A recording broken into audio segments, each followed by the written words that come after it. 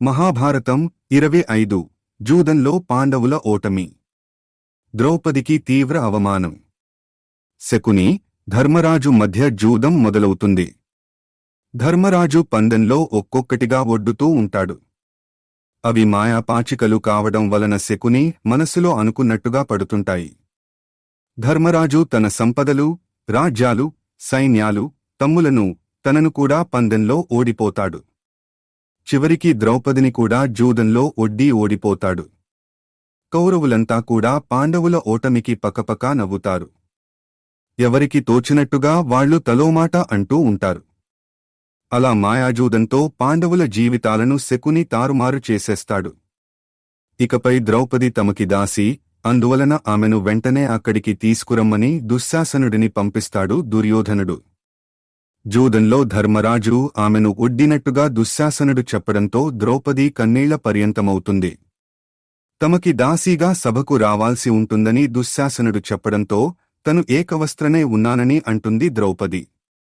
అయినా రావలసిందేనని అతను పట్టుపడతాడు. ఆమె అయిష్టతను వ్యక్తం చేయడంతో ఆగ్రహావేశాలను వ్యక్తం చేస్తాడు. ద్రౌపదిని అవమానించడమే అక్కడ ప్రధానమైన ఉద్దేశం కావడంతో ఆమె జుట్టు పట్టుకుని సభకు ఈడ్చుకుంటూ తీసుకొస్తాడు. ధృతరాష్ట్రుడు మౌనంగా ఉండిపోతాడు. తాను ధర్మం చెప్పే సాహసం చేసినా అక్కడ ఎవరూ వినిపించుకునే పరిస్థితి లేదనే విషయం భీష్ముడికి అర్థమైపోతుంది. ఇక పాండవులంతా చేసేదేమీ లేక మౌనంగా ఉండిపోతారు.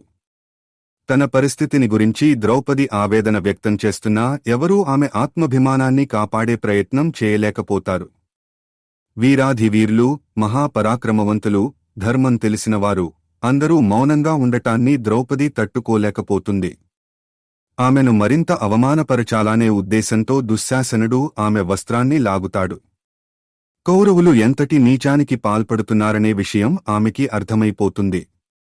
అంతే, ఇక ఆ శ్రీకృష్ణ పరమాత్ముడే తన ఆత్మాభిమానాన్ని కాపాడగలడనే నమ్మకంతో ఆయనను ప్రార్థిస్తుంది. ఆమె ఆవేదన కృష్ణుడి చెవికి చేరుతుంది. అక్కడినుంచే ఆయన తన అనుగ్రహ వర్షాన్ని కురిపిస్తాడు. అంతే, ద్రౌపది చీరను దుశ్శాసనుడు ఎంతగా లాగుతున్నప్పటికీ ఆమెపై అసలు వస్త్రం మాత్రం అంతే ఉంటుంది. మహాపతివ్రత అయిన ద్రౌపది ఆత్మాభిమానాన్ని దెబ్బతీయడం ఎవరి వలనా కాదని తెలిసినవారు కూడా ఆ సభలో మౌనంగానే ఉండిపోయారు. అలా కృష్ణుడు ద్రౌపది మాన సంరక్షణ చేశాడు. ధర్మాన్ని ఆచరిస్తూ జీవించేవారికి భగవంతుడు ఎప్పుడూ అండగా నిలుస్తుంటాడనే విషయాన్ని ఈ లోకానికి తెలియజెప్పాడు.